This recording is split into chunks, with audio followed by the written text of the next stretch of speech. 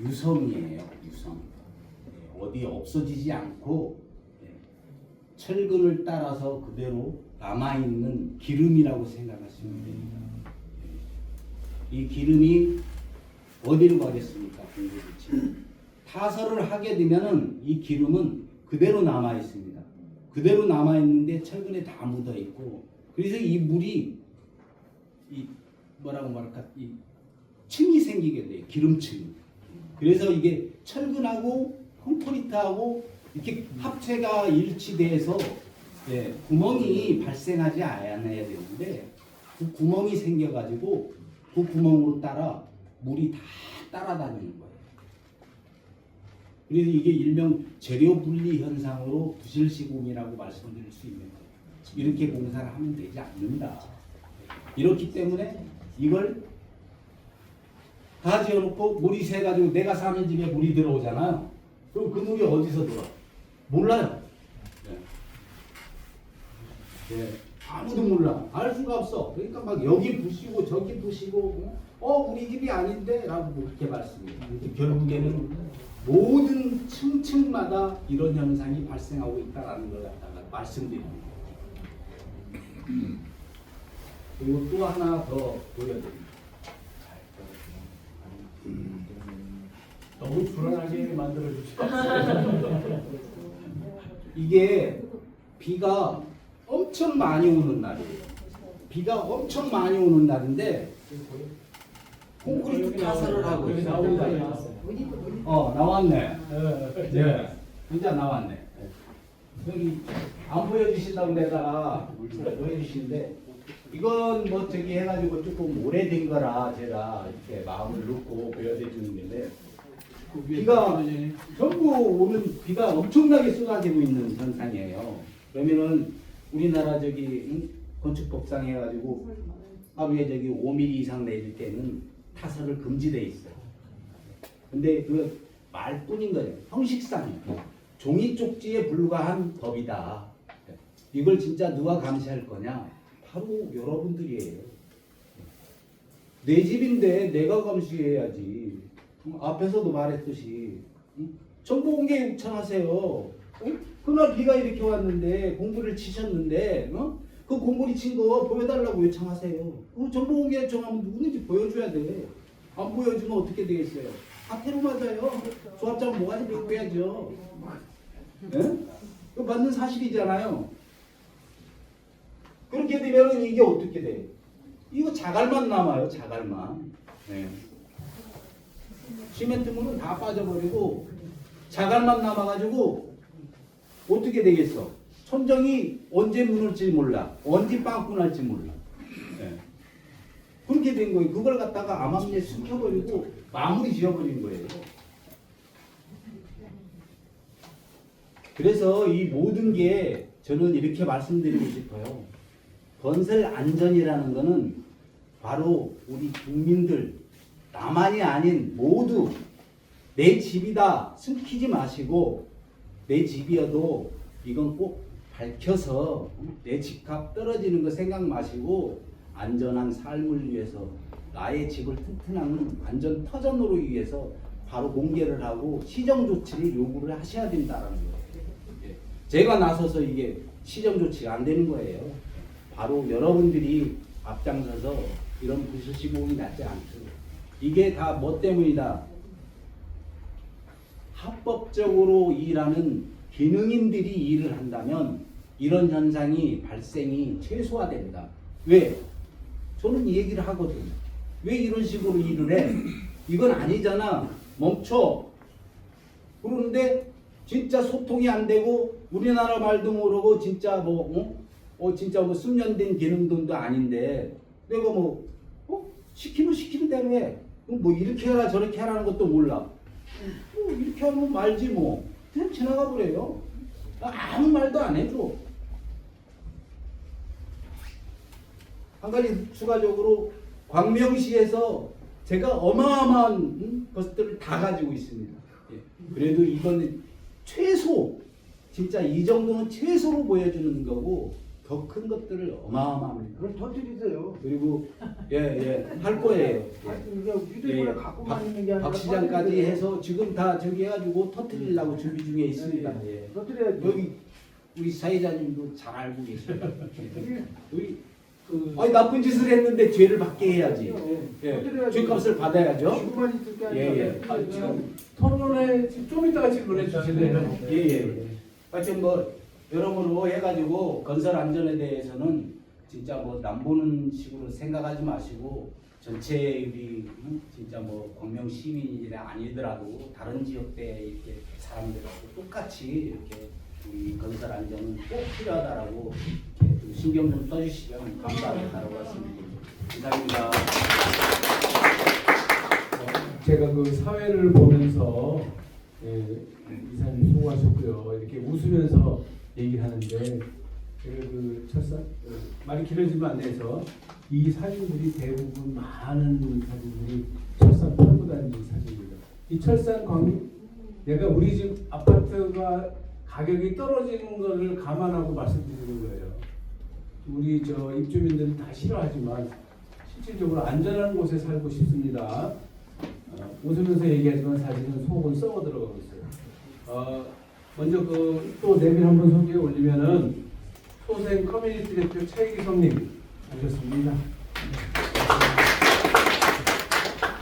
이동희 위원장님 11구요 부위원장 이동희 위원장님 아까 소개를 못 드렸는데 한번 인사 말씀하시고 말씀 한번 하세요. 광명 그 11구역 비대위원장 이동입니다.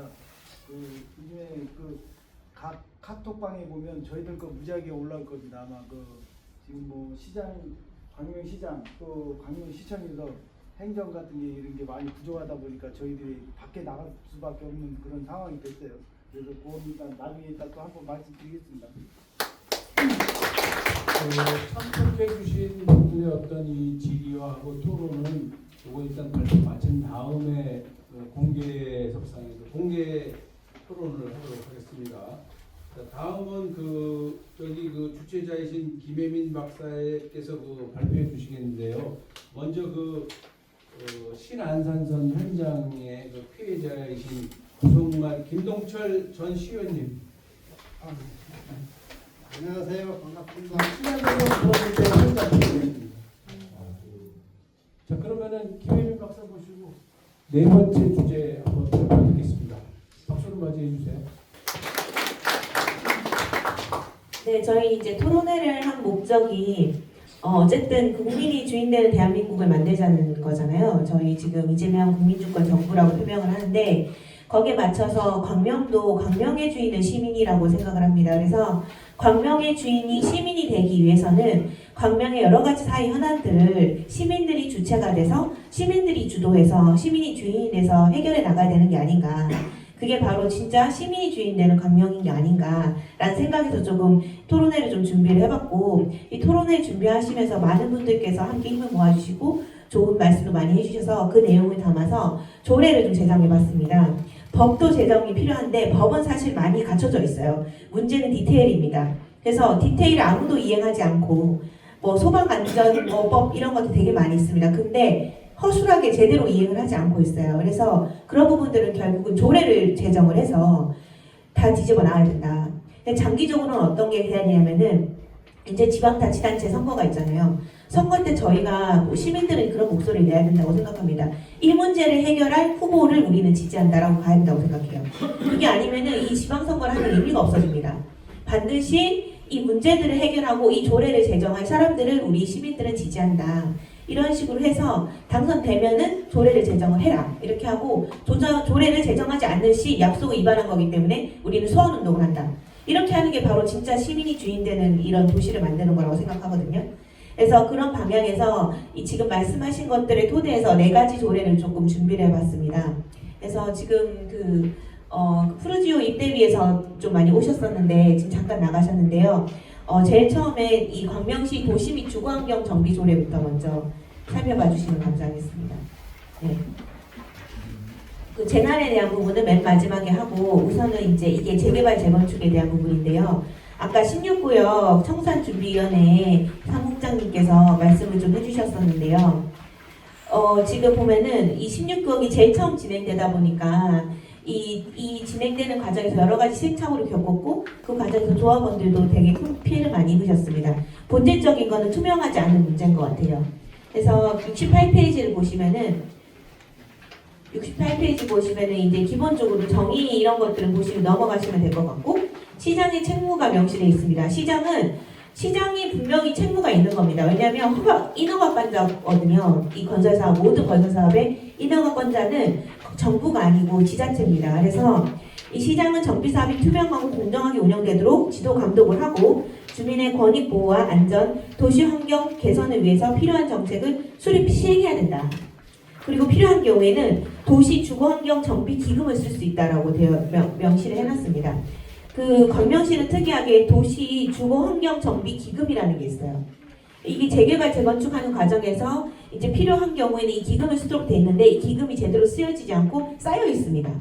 왜냐하면 이 기금을 써서 뭐 정비 시스템을 구축한다든가 뭐 감리를 한다든가 뭐 이런 감시 제도를 구축한다든가 뭐 여러 가지 충분히 할 수 있는 게 있는데 그 기금에 그러니까 돈을 쌓아두고만 있어요. 그러다 보니까 아무런 노력을 하고 있지 않는 겁니다. 이렇게 넘어가시면은 이제 정비 기본 계획을 시장이 수립을 해야 되고 정비 구역도 이제 직접 시장이 지정을 하면서 중요한 거는 주민 의견을 반드시 수렴해야 된다라는 내용을 제5조에 담았고 그다음에 이제 추진위원회 조합 설립인가 뭐 조합 정관 운영 이런 부분도 실제로 내용에 담았습니다. 이게 이제 법적으로 가능한지 이런 조례가 가능한지 나중에 이제 변호사 검토를 좀 받아봐야 되겠지만 기본적으로 큰 방향에서 저촉되지 않는 거라고 생각을 하고 있고 여기서 핵심적인 부분은 원주민들입니다. 여기 너구대에 계신 분도 지금 고통을 많이 겪고 계시잖아요. 이 해당 정비구역에 있는 원주민들에 대한 주거 안정과 재정착을 보장하기 위한 대책을 반드시 시에서 수립할 수 있도록 해야 된다. 그래서 시가 이 부분들을 수립하고 주거 지원을 해줘야 되고 우선 분양, 장기 거주자 우대 방안, 고령자 취약계층을 위한 맞춤형 지원 정책 이런 것들을 다 보장을 해줘야 된다.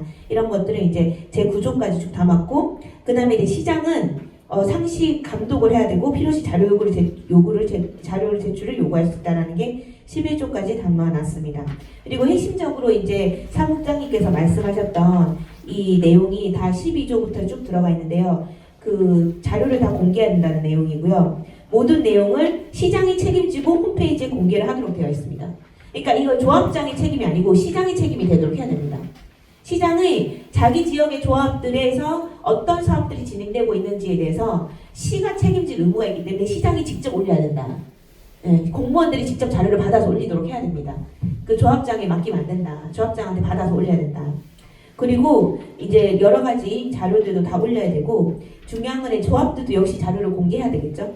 그래서 이제 모든 자료들, 공고 자료, 회기록, 속기록 이런 것들을 회의 후에 30일 내에 다 공개를 해야 되고 그 다음에 중요한 부분은 전자투표를 무조건 도입하도록 15조에도 명시했습니다. 요즘 대한민국에서 전자투표 도입 안 하면은 어떻게 직접 투표를 하는 게 이게 가능하겠습니까? 그날 가가지고 다 투표한다는 게 다들 생계가 있는데 무조건 전자투표를 도입해야 되고 보안성과 기록 보존 기능이 갖춘 시스템을 도입을 해야 된다 이런 거고요. 그 다음에 이제 모니터링 제도나 익명신고센터 같은 것도 다 운영할 수 있도록 하고 핵심적인 건 17조 2조에 시민지원단을 설치하고 운영을 해야 된다. 그래서 시민지원단은 뭐냐면은 정비사업을 잘 진행될 수 있도록 실제로 지원해주는 전문가들을 이제 구성을 해서 직접 지원해주자는 겁니다. 그래서 이거를 지금은 센터를 운영하면서 센터에 연락하세요라고 하고 있는데 이 지원단은 직접 찾아가야 된다. 찾아가서 적극적으로 모니터링도 하고 갈등 조정도 하고 시민들의 이익을 대변해야 된다라는 걸 분명히 명시했고요. 그리고 이제 제17조의 2에 4번 보면은 시민지원단은 건설사의 이익을 대변해서는 안 되며 시민의 이익을 대변해야 된다라는 걸 분명히 명시를 해야 된다라고 적시했습니다. 그리고 이제 정비사업에 대한 교육 실시에 대한 부분도 쭉 넣었고요. 맨 마지막은 벌칙입니다. 벌칙. 이게 가능할지는 검토가 필요하겠지만 분명하게 벌칙을 넣어서 정비사업 관련돼 가지고 만약에 제대로 자료를 미제출하거나 이런 경우에는 벌금 1천만 원 또는 행정처분을 부과할 수 있도록 명시를 해줬습니다. 이 정도는 해야지 사실은 이 최소한의 이 조합들이 민주적으로 운영이 되고 적어도 원주민들이 쫓겨나거나 원주민들이 갈 데가 명예를 잃거나 이런 일들은 없어지지 않을까라고 좀 생각을 해봤습니다. 다시 네, 이게 첫 번째고요. 네. 다음은 시간 관계상 될 거는 참조하시고 아니에요, 그거 해야 돼요. 해야 될 거 네, 하세요. 네. 두 번째는 이제 화재안 예방인데요. 이거는 그 아까 이제 좀 소화동 아파트 거기 이제 그 피해자분께서 어떤 일이 있었는지 좀 설명을 해드려야 될 것 같아요. 트라우마 때문에 말씀 못 하시는데 1층이 없잖아요. 필로티 구조니까. 그럼 2층에 계셨단 말이에요. 근데 이제 불이 올라오니까 2층에 연기가 가득 차신 거예요. 자, 그럼 연기가 가득 차면은 벨이 울려야 되잖아요. 근데 벨이 안 울렸죠. 네, 벨이 안 울렸어요. 연기가 가득 찼는데도. 그랬는데 다행히 그 2층 연기가 가득 차서 바로 일어나신 거예요. 그래서 나가실 수 있었는데 문제는 3층, 4층 그분들은 연기가 다 안 왔으니까 불난지를 몰랐던 거예요. 만약에 벨이 울렸으면 다 대피를 했겠죠. 일찍 다 대피해서 아무도 안 돌아가셨을 수도 있습니다. 근데 벨이 안 울려서 다들 그냥 돌아가신 거예요. 화재로. 그래서 연기가 가득 차고 아까 재현설비 이런 거 있었는지 확인을 뭐 할 수도 없는 상황인 것 같은데 낡은 아파트라서 뭐 작동이 안 되고 연기로 가득 찬 상태에서 옥상으로 올라가다가 다 돌아가시고 옥상에서도 흡입을 하셔가지고 지금 병원에 계시죠? 네, 한 분, 지금 8명 돌아가시고 한 분 또 돌아가실 양만 있어요. 네, 지금 이 순간에도 돌아가시고 계시는 상황입니다. 이게 지금 우리도 잘 모르지만 그런 상황인데 또 문제는 뭐냐면은 갈 곳을 없으신 거예요. 지금 집이 다 불타셨으니까. 네, 그래서 지금 임시로 LH에서 마련된 집을 있는데 거기 가구도 하나도 없고 그렇죠. 네. 그리고 월세도 내라고 하고. 월세네. 네. 그러니까 이게 말이 되냐는 거예요. 왜냐하면 재난안전기금이 있거든요. 대한민국 그 광명시 이걸 써야죠. 왜 화재를 당했는데 그 사람이 자기 돈 내고 그 월세를 해서 살아야 되냐? 이거는 말도 안 되는 거다. 그게 이제 여기 화재 예방 조례에 있는데요. 핵심적인 건 뭐냐면 그때 말씀하셨듯이 한 달 전에 검사를 했잖아요. 그죠? 점검이요? 네, 점검을 했죠. 점검은 어제하고 오늘 불났어요. 그렇죠. 그러니까 전날 점검을 했는데 다음날 불이 나셨다는 거예요. 다음날 불났어요. 예. 자, 그럼 이게 무슨 말일까요? 점검을 안 한다는 거죠. 아까 정창도 박사님도 얘기하셨는데 점검을 허술하게 한다는 겁니다. 그래서 다음 장 보시면은 그 75페이지 보면 월 1회 소방정비 일제 점검 의무인데요. 저는 요거를 뭐라고 해요? 영상으로 찍어서 올려야 된다고 생각합니다. 플랫폼을 만들어서. 요즘 뭐 유튜브에도 영상 다 올라오는데 이거 영상 안 찍어서 올릴 이유가 있냐? 스프링클러 작동하는지 화재 감지기 작동하는지 이거 다 영상으로 찔러서 그 플랫폼에 다 올리고 플랫폼을 시에서 운영을 해야죠. 시민들이 다 확인할 수 있도록 해야 된다. 그리고 뭐가 필요하냐면은 이거를 어떻게 대피하는지 몰라요. 지금 그때 살아나신 분들이 있으시잖아요. 소방관 분, 가족분. 예, 가족 그 소방관 가족은요. 이제 경험이 있으니까 어린 애들이 둘이거든요. 유치원생 하나, 3학년짜리 하나. 근데 아버지가 저 화장실로 해고 문을 닫고 여기 불을 붙여서 이렇게 막고 있어가지고 그분은 괜찮아요. 그 근데 가족만 살았습니다. 그 가족은 살았지요. 근데 네. 그 트라우마로 그 지금 새로 해서 들어가는 못 들어가봤대요. 너무나 그때 폐쇄 공포증이 못 들어가고 하여튼 안 들어온답니다. 새로 이제 이게 공사를 해서 들어온다 해서 안 들어온대. 네. 무서워가지고. 그래서 이게 저는 여기서 주목해야 될 게 소방관의 가족이 있기 때문에 살았던 거예요. 많이 있고 주택이 안전 네. 그러니까는 판단할 수가 있는 거예요. 근데 저는 대피 경로 어떻게 대피해야 되는지 이런 거 다 근데 옥상으로 올라간 그러니까 모르고 그냥 무조건 옥상으로 올라가다가 이제 몸이 불편한 할머니 하나는 5층 사는 할머니는 이제 올라가시다 이제 영감님하고 민어리하고 셋이 손을 잡고 5층인데 이제 우리가 10층까지 있잖아요. 근데 올라가다가 할머니의 손을 놓친 거예요. 그러니까는 막 연기는 하고 그러니까는 이제 할머니를 놓쳐보니까 못 찾고 7층에 어떤 이제 문을 두드려가지고 7층에 이제 집으로 들어가가지고 그 이제 화장실로 들어갔나 봐요. 그 지인하고 그 민어리하고 할아버지는. 근데 할아버지하고 민어리는 살았는데 할머니는 손을 놓쳐버렸잖아요. 그래서는 못 찾고 이제 그 소방관이 여기서 이제 계단에서 찾아가지고 사망했죠. 네, 엄청난 비극을 겪으셨는데 뭐냐면 대피를 어떻게 하는지도 정보 등록을 하는 걸 의무화해야 된다. 네, 이것도 담았습니다. 그리고 중요한 거는 뭐냐면 이런 점검을 하지 않고 자료를 잘 올리지 않을 경우에는 1천만 원 과태료를 부과하도록 해야 됩니다. 네, 이 소방 안전에 책임지는 사람들, 그 이제 관리자라든가 그런 사람들은 다 이런 식으로 하지 않으면 대한민국에서 어느 누가 어떻게 돌아가실지 모르는 상황입니다. 아까 다 보셨겠지만 그 설비들이 다 부실하잖아요. 그리고 어제 점검해도 오늘 돌아가시는 상황인 겁니다. 대한민국. 다음은 건설 안전에 대한 부분인데요. 이거는 아까 발표를 많이 하셔가지고 그 내용을 전부 다 담았습니다. 핵심적인 거는 간단하게 그 숙련된 노동자들이 일을 해야 된다. 외국인이든 아니든 상관없다. 숙련된 노동자가 일을 해야 되고 장기 근무를 할 수 있도록 해야 된다. 안 그러면은 진짜로 뭐 아무런 능력이 없는 사람들이 거기 가서 하면은 결국은 그 부실 시공이 일어날 수밖에 없다는 거예요. 그래서 그런 내용들을 담았습니다. 그리고 그런 것들에 대해서 시민이 감시할 수 있도록 하는 내용을 다 담았어요. 시민 감리단을 운영을 해보자 한번. 시민 감리단 운영을 해가지고 실제로 시민들이 이 건설 현장 직접 볼 수 있도록 해야 된다. 시민들이 가서 다 봐야 됩니다. 내 집인데. 그래서 그런 것들을 그 월급도 주고 해가지고 직접 볼 수 있도록 확인하고 영상도 다 찍게 해야 된다. 저는 그렇지 않으면 건설사들이 어떤 장난칠지 모른다고 생각합니다. 그런 내용을 다 담았습니다. 예산도 다 반영할 수 있도록 했고, 일단 마지막은 이제 83페이지인데 이제 저희 그 관련해서 가장 큰 사고가 올해 그 송화동 아파트 사고 냈었지만 이 싱크홀 사고잖아요. 이거는 진짜 지금 뭐 이게 전혀 진척이 되고 있지 않는 상태거든요. 이거 관련돼서 김동철 우리 구성마을에서 그 사고 현장 바로 옆에 사시는 분이세요. 사시다가 그 오전에도 지나가셨는데 그때 오해 사고가 났습니다. 그렇죠? 그래서 이 말씀 한번 듣는 시간 잠깐 가져볼게요. 어떻게 됐고 지금 어떤 상황이신지. 네, 전 시의원 한번 하셨었고요. 네.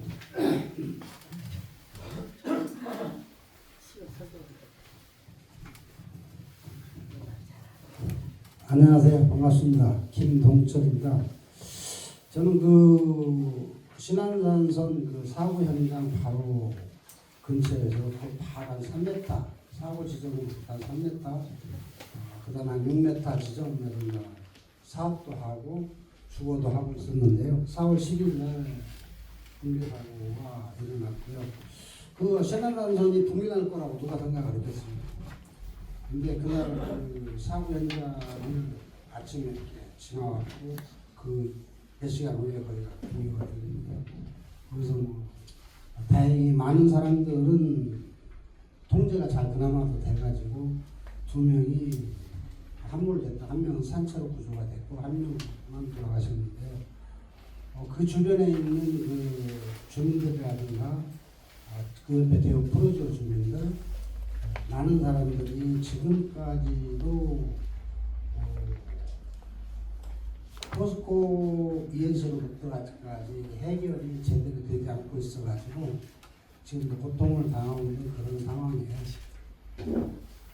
이런 사고가 지금 오늘도 주제가 이제 그 안전, 교통, 건설 문제 이런 문제인데요.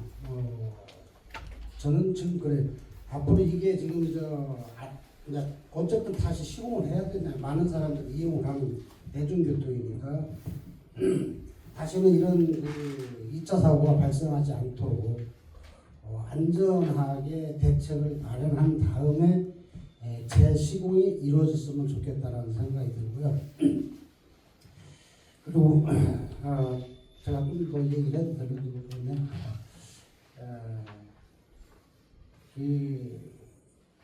일종 지금 얘기하면서 빠진 내용 중에 하나가 광명시 교통 문제라고 저는 생각해요. 광명시가 지금 현재 한 인구가 한 29만 정도 되나요? 앞으로 지금 광명시 전체가 저쪽 뭐 산업단부터 시작해서 3기 신도시, 이제 2기 신도시, 여기 구름단지고 많은 곳들이 광명시 전체가 바뀌고 재건축, 재개발을 하고 있잖아요. 그러면 한 10년 후에는 인구가 한 50만 정도는 될 거라고 생각이 드는데요. 그거에 대해서 우리 그 시민들과 또 시민들이 주축이 돼서 앞으로 광명의 정치나 시장이라든지 국정들을 통해서 교통 대책을 수립하는 데 아마 총력을 기울이지 않으면은 앞으로 교통 지옥이 될 거라는 생각이 들기 때문에 이 점 우리 김혜민 박사님께서도 참고해 주시고 앞으로 그거에 대한 대책을 좀 강구했으면 좋겠다는 말로 인사 말씀 가름하겠습니다. 감사합니다.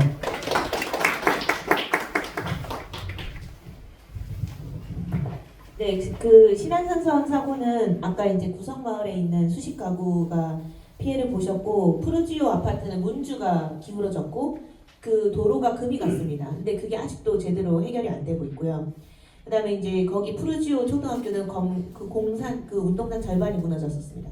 지금 이제 공사 중인 상태고요. 그래서 이거의 본질은 뭐냐면 주민들이 바라는 건 그겁니다. 그러니까 복구가 중요한 게 아니고 땅 밑에 이 문제니까 불안하다는 거예요. 정밀안전, 토목안전 진단을 좀 해달라는 건데 그거를 포스코는 계속 안 해주려고 하고 있습니다. 왜냐면 그걸 하면은 돈도 많이 들 뿐만 아니라 진실이 규명되니까 안 해주려고 합니다. 그리고 자기가 아는 업체를 데리고 하려고 합니다. 그래서 여기서 필요한 게 시의 역할이에요. 시가 직접 계약을 해야 됩니다. 독자적인 업체를 끼고. 그러니까 포스코한테 맡기면 안 된다는 거예요. 가해자잖아요. 사고 가해자가 그 조사하는 업체를 계약하는 게 말이 되겠습니까 이게.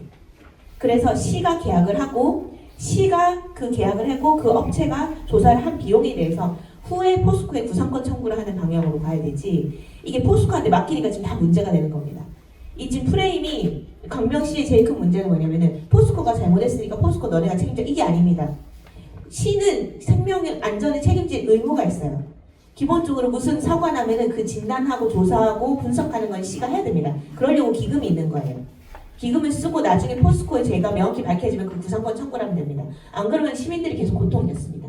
그 내용이 조례에 담겨 있습니다. 그래서 여기 이제 기본 원칙은 선지원 후 정산입니다. 지금 항상 정산돼야 지원할 수 있다 프레임입니다. 그게 아니라 선지원 후 정산 이거를 시가 해야 된다. 안 그러면 시가 있을 의미가 없습니다. 지자체가 왜 필요합니까? 그렇죠? 그래서 이런 내용들이 여기 담겨져 있는 거고요. 그 외에도 이제 지금 아까도 말씀드렸지만은 소화동에서 아파트 화재가 났는데 지금 월세를 부담을 해야 된다는 거잖아요. LH 주택에 살면서. 그런 거는 저는 이건 있을 수 없는 일이다. 자기가 화재를 일으킨 게 아니잖아요. 그래서 이 지원 기준을 보시면은 이런 치료비라든가 이런 것들 다 지원해 줄 수 있도록 하고 피해자 트라우마 치료까지 다 할 수 있도록 시가. 그렇게 해야 이게 진짜 안전한 도시가 되는 거 아니냐. 지금 김동철 의원님도 지금 덤덤하게 얘기하셨지만 진짜 김동철 회장님도 돌아가실 뻔 하신 거거든요. 그날. 자, 항상 걸어다니던 길이 무너지신 거예요. 그렇죠? 네. 그래서 지금도 그 건물이 바로 옆에 있거든요.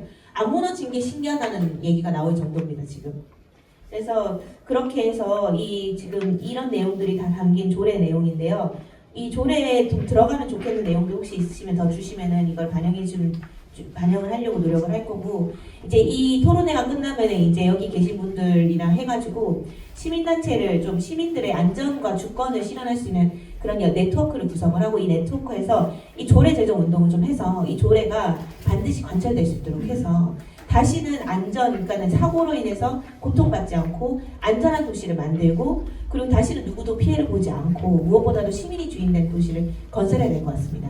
그래서 그런 방향에서 이렇게 좀 진행을 하려고 하는데요. 좋은 의견 주시면 감사할 것 같습니다. 네. 질문은 좀 이따 아직 발표하려 남았거든요. 네, 죄송한데 그 교통 문제는 네. 그 네. 네 번째까지는 이제 김 박사님이 하셨고 네. 다섯 번째 네. 박동환 대표님이 오셔야 되는데 아까 말씀드렸듯이 용산 일정 안에 발표 자료를 김 박사님께서 간단하게 네. 설명해드리겠습니다. 그래서 그 2분 쪽만 하겠습니다. 광명시에 이 교통 문제, 교통량 폭증이라고 하거든요. 이게 너무나 예견되고 있는 상태인데 만성적인 포화 상태가 계속 이 문제로 지적되고 있고 간선도로는 이미 다 포화 상태잖아요. 출퇴근길이 혼잡을 넘어가지고 정체돼 있는 상태다. 그래서 이거 문제 해결해야 되는데 이 지하철 노선들이 지연되고 계속 정체되는 상태고 신안산선은 사고까지 났어요. 그리고 진짜 복구가 지금 안 되고 있는 상태거든요. 그리고 이제 신도시 들어오고 산업단지까지 들어오면은 그리고 이게 지금 감당이 안 되는 상황이 될 거고 그래서 이런 부분에 대해서 대책을 수립을 해야 된다라는 내용으로 쭉 여러 가지 아이디어들이 뒤에 이제 제출이 되어 있습니다.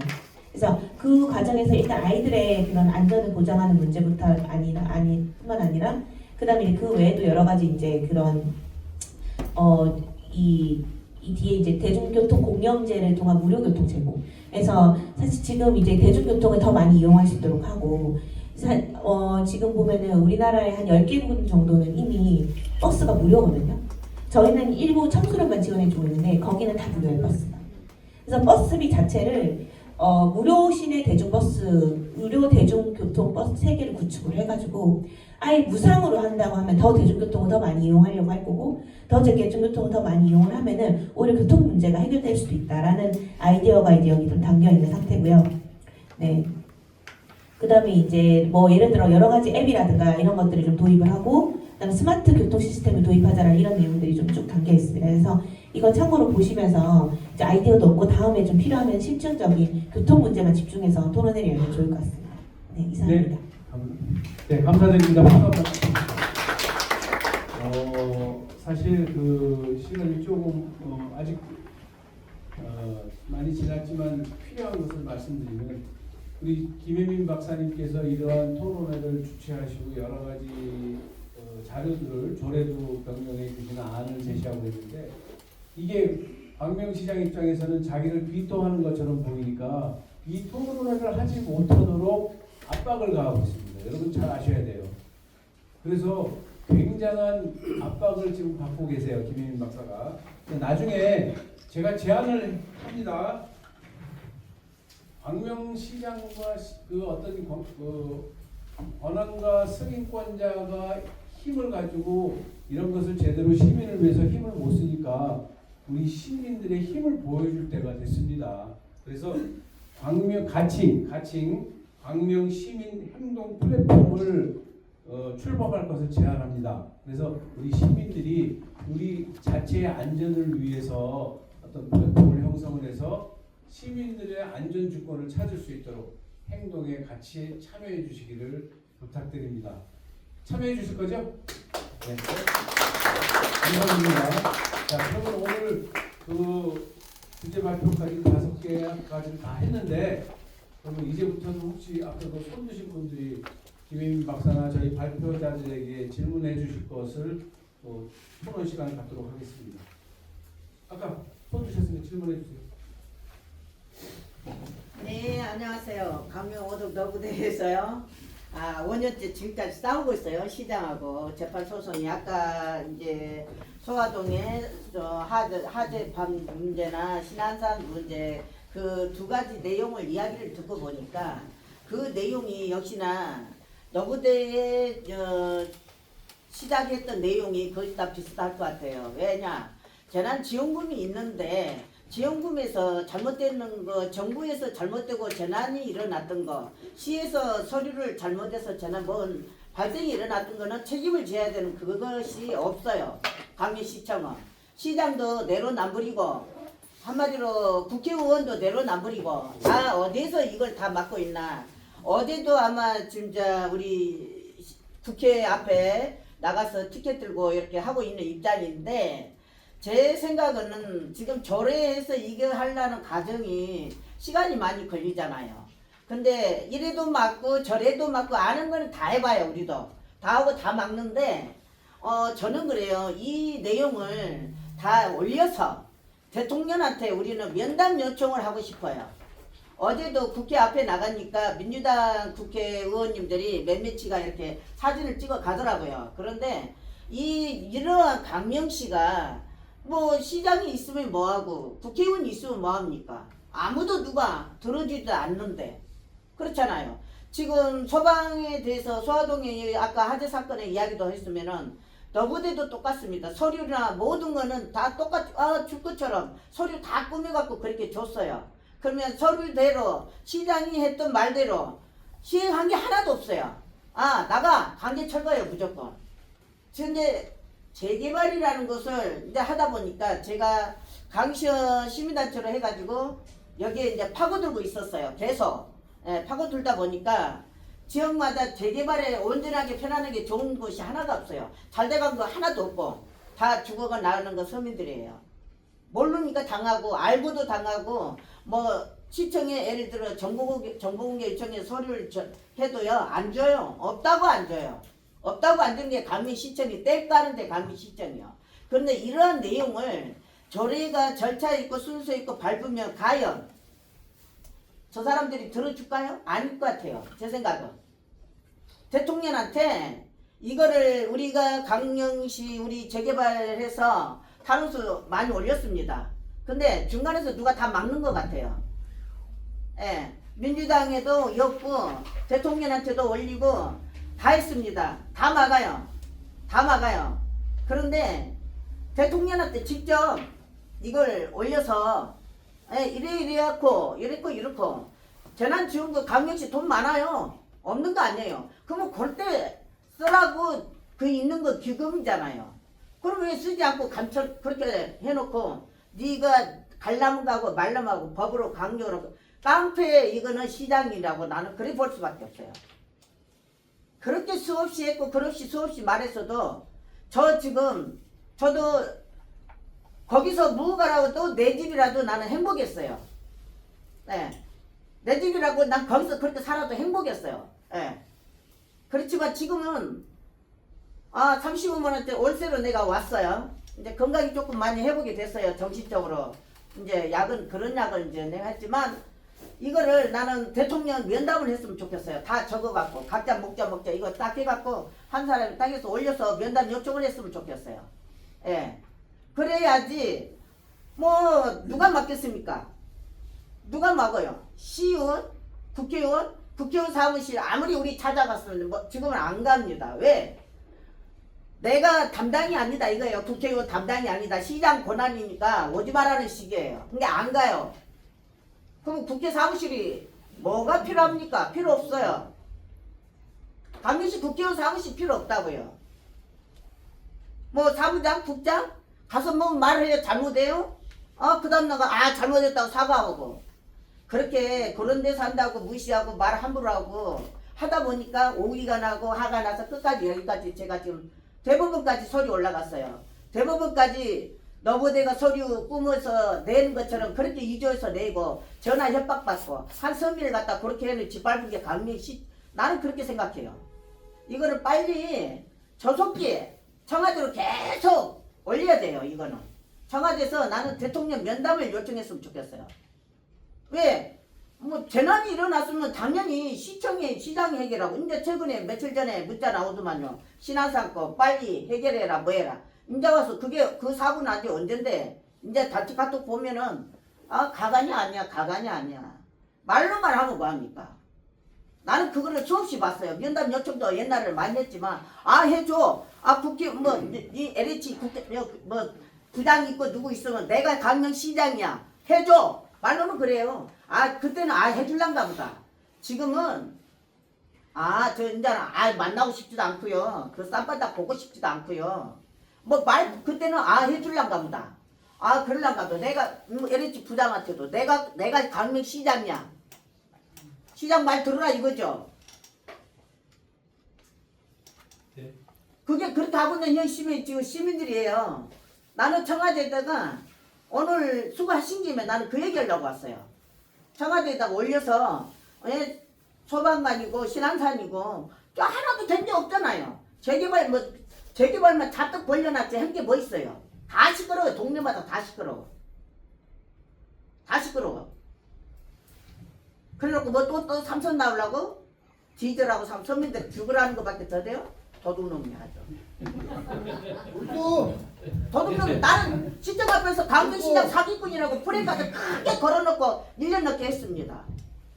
그 사기꾼 보고 사기꾼이라는데 뭐가 잘못됐어요? 그것도 그 말 못 오잖아요.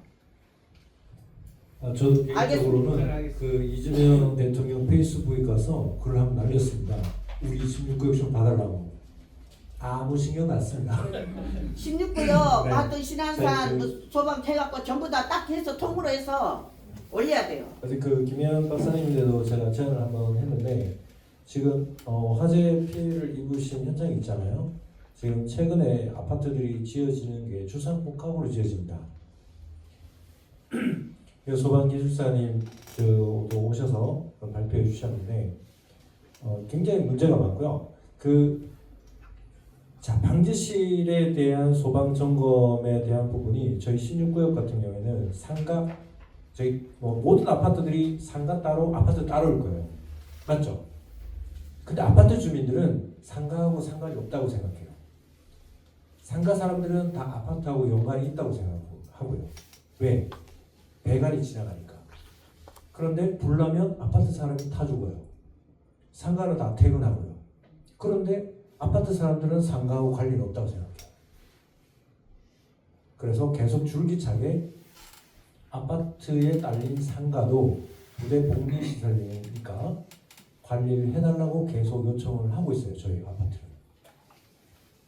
해당 지역의 아파트 가셔서요. 옛날에 지어놓은 아파트하고 상가는 돈이 별개로 돼 있어서 거기만 하자가 나도 괜찮아요. 그런데 용적률이 요즘 35층 올라갈 걸 40층 올리거나 25층 올라갈 걸 30층 늘리기 때문에 빌라 짓는 것처럼 지하를 상가로 용적률을 빼잖아요. 높이려고. 다 연관에 있습니다. 그럼 타 죽어요. 위에 살면서. 상가 사람들은 6시, 7시면 다 퇴근합니다. 그런데 아무도 신경 쓰는 분이 없어요. 저는 민원을 계속 넣어요. 30년 뒤에 불나면 너 담당자가 공무원이 너가 책임이다 라고 민원을 넣는데 이 소방주하고 좀 연관이 있어서 돌아가시면 해당 아파트 상가 또 같이 좀 아파트에서 관리하게끔 이렇게 체제 전환을 하셨으면 좋겠습니다. 제11구역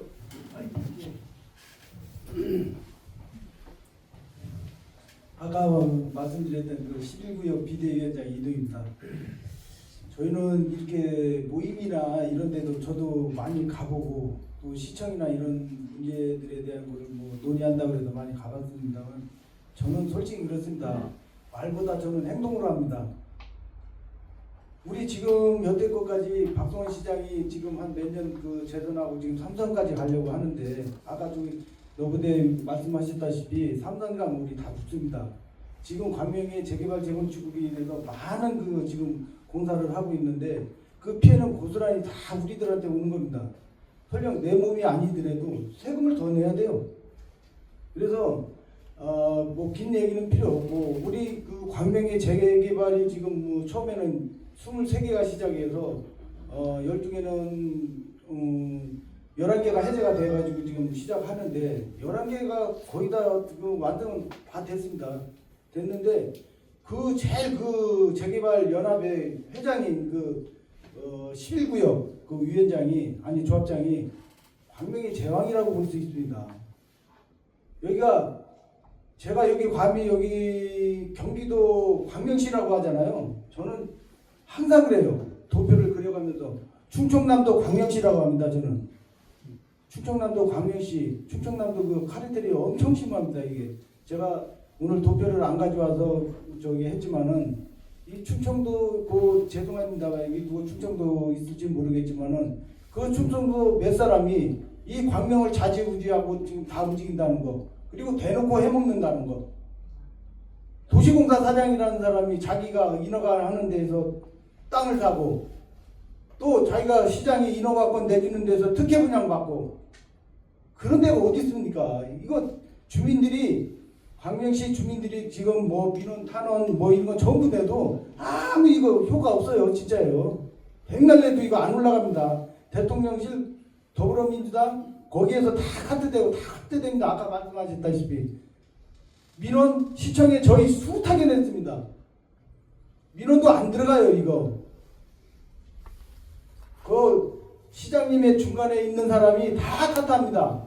또 정부에 가면 정부에 여기 우리 관할되어 있는 국회의원들 그런 분들이 다 카트합니다. 백날에도 안 됩니다. 이건 저는 여기서 앉아서만 할 게 아니라 맨날 논하고 백날 이거 안 됩니다.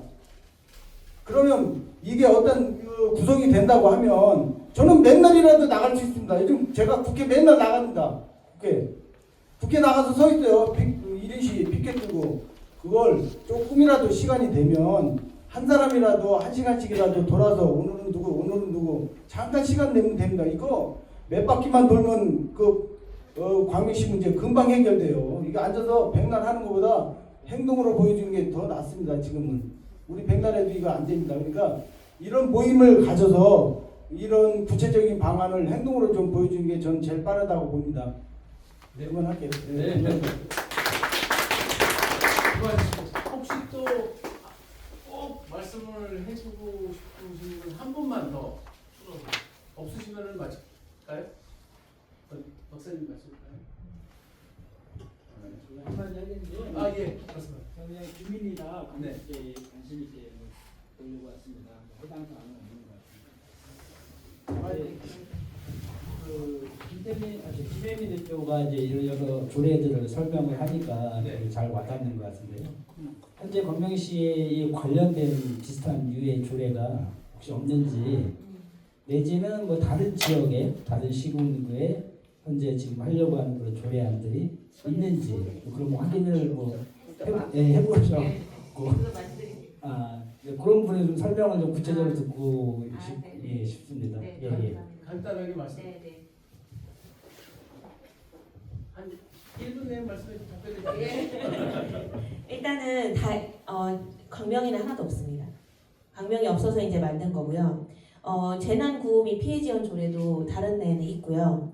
그다음에 이제 그 외에도 소방에 대한 부분은 이제 사실은 소방 안전이 있는데 이런 내용으로 들어있진 않아요.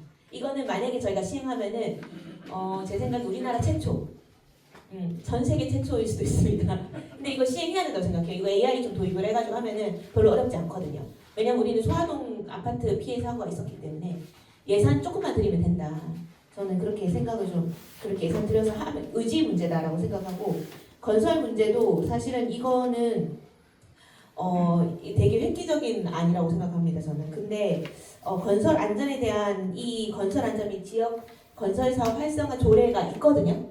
광명에 있는 건 아닌데 다른 데 있어요. 근데 이런 내용이 들어있진 않아요. 저희는 이거를 또 역사상 최초로 해야 됩니다. 한다고 하면은. 왜냐면 이럴 수밖에 없는 게 광명이 너무 지금 재개발이 다 재건축이 끊임없이 일어나고 있기 때문에 저희가 안전을 지키지 않으면 언제 아파트 무너질지 모른다. 이런 위기감이 좀 있는 것 같습니다. 그리고 이제 제일 처음에 얘기했던 이 재개발 재건축 주거 정비, 이거는 사실은 그 이미 그 서울시랑 경기도 이미 다 구축되어 있습니다. 경기도에 아까도 나왔지만 경기도 시스템이 있는데 거기에 광명시가 하나도 자료를 업로드하지 않아요. 딱 보면 광명시만 다 비어 있습니다. 그러니까 이게 광명시장이 의지를 내서 너희 자료 올려라고 해야지 되는 거예요, 이거는. 그래서 경기도가 있는데 광명시도 거의 똑같이 만든 거거든요, 좀 보완해서. 그래서 이거는 그냥 하면 된다. 이거 맨 위에 거. 네, 그렇게 뭐 정리하면 될 것 같습니다. 네, 감사합니다. 네, 답변이 제가 우리가 그 부실시공, 아까 전에 그 방리제라든지 누수 이런 것들이 많이 일어나고 있는데, 사실은 현장에서는 그 체계적으로 시공사나 또 감리들이 그런 책임을 다 지고 있습니다. 사실은. 근데 감리들이 그 업무를 제대로 안 하니까 이런 현상이 일어나거든요. 감리들도 우리가 아시다시피 그 공무원들이 어떤 그 업무 역량이 부족하기 때문에 이제 책임 감지를 하고 있는데, 그 사람만 도장 찍으면 끝이고, 그 다음에 준공이 딱 떨어지고 나면 이제 하자로 돌아가기 때문에 이게 해결하기가 굉장히 어렵습니다. 저도 소방일을 하면서 소방청, 감사원 막 엄청나게 얘기 말씀드렸던 제안도 하고 막 불이행도 당하고 막 그런 상태에서 지금 이끌어가고 있는 상태인데, 아무리 법이 좋게 돼도 현장에서 일어나는 일들이 자기가 책임을 지지 않아요. 그래서 이게 감리들이 부실로 해가지고 문제가 되는 것들 갖다가 제기를 하면은 우리가 법적으로 어떤 책임을 질 수 있도록 그런 게 있는데, 한번 그 대한민국에서 감리가 제지가 사고가 터져가지고 들어가는 거 외에는 부실이 일어나는 건 책임 아무도 안 지고 있습니다. 사실은요. 방리제도 그래요. 저도 그 감리를 보면서 그 기름이 떨어지는 거 다 알고 있는데 맞습니다. 맞는데 그 관리를 안 해요. 그 관리를 누가 해야 되냐? 시공사나 감리가 해야 되는 건데, 그걸 우리가 이 외부에서 우리 할 수 있는 건 아무것도 없어요. 사실은요. 그러니까 그 물이 다 지어지고 나면 지금도 그 팔구단지도 지하에 가보면 지금 크랙이 나가지고 그 브레이크에 막 물이 뚝뚝뚝 떨어지고 있는데, 그 안에 철근들이 아시다시피 그 물이 접촉을 하면 구지대가 팽창을 해요. 그럼 나중에 구조물이 오래 못 가요. 사실은 그게 가장 취약한 부분으로 물이 빠지게 돼 있거든요. 그러니까 그걸 막을 수 있는 방법이 없습니다. 그 물이 끝날 때까지는 건설사에서 해줍니까? 안 해주지 않습니까? 아무리 못해도 안 해줍니다. 땜방식으로 하고 있고, 세대에는 어쩔 수 없이 진짜 저 본인들이 사니까 막 이거 지금 문제되고 해준다고, 그것도 임시방편이에요. 사실은요. 근본적으로. 그래서 이 감리들에 대한 어떤 벌칙 이런 것들이 강화되지 않고는 안 되고, 또 책임하에 하지를 안 해요. 도장 찍으면 끝. 그 이상 없어요. 그 우리가 아무리 하소리 안 해요. 그게 가장 큰 문제입니다. 사실은. 어떤 법적이나 이런 기준 이런 것들이 잘 되어 있어요. 근데 우리 인간이 하다 보니까 인간이 부족한 거예요. 책임을 안 지기 위해서. 그러고 공무원들은 자기 자리에서 1, 2년 지나면 다 떠나가요. 접수가 되면은 안 해요. 뭐 문제가 또 하고랑 또 붙이고 계속 그런 진행을 하고 있기 때문에 감리가 시공사도 중요하죠. 감리가 잘하면은 모든 게 문제가 해결됩니다. 거기에 대한 어떤 그 조치가 있어야 되지 않겠느냐 그런 생각이 듭니다. 네, 감사합니다. 이제 시간이 많이 경과됐으니까 오늘 계획된 시간이 17시까지입니다. 5분 늦게 시작했기 때문에 5분 늦게 끝나도 되는데 5분 빨리 끝내주는 게 좋은 회의량 그 여건입니다. 마치도록 할까요? 네, 잠시 박수 좀 다치세요. 네, 또 마친 다음에 사진 한번 기념사진 한번 찍고 마치도록 하겠습니다. 자, 그러면은 광명 시민을 위한 건설, 소방, 교통 안전을 위하고 광명 시민 토론회를 주관해주고 개최하여 주시고 또 자리를 배려해 주시고 지원해 주신 모든 분들께 감사 말씀을 드리며 안전기본사회 컨퍼런스 김혜민 박사께 또 추가로 감사드리고 모든 오늘 그 시간 계획을 마치겠습니다. 감사드립니다. 이제 나와주세요. 뒤로 네, 돌아서 뒤로 돌려서 돌아서. 이걸 돌려서 앉으시고 의자를 돌려서 좀 앉아주시고요. 아니 이렇게 앉아주시고 이거만 돌리면 되는데 이거는 앉아있고 아 그러네. 이 앞쪽들 다 앉으시면 돼요. 아니 그게 아니고 앞에 앉으신 분이 그 앞쪽들 앉으시면 돼요. 발제하시는 분이 앞에 앉으시면 돼요.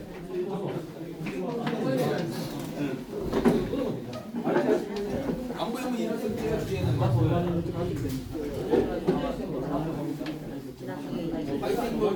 잠깐 앉아 사진 좀 가까이 앞으로 좀 오시면 좋겠는데요. 사진은 몇 번 찍는데 기본 사진 찍고 광명 시민 파이팅 하겠습니다. 네. 왜 앞에 앉고 귀여워? 잘 나오나요? 네.